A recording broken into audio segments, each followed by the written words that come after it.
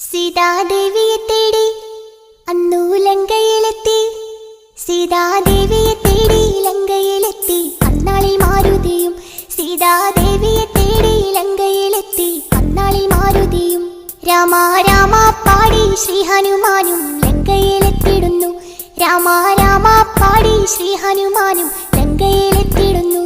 കണ്ട് രാക്ഷസരെത്തിടുന്നു. പിന്നെ യുദ്ധം തുടങ്ങിടുന്നു.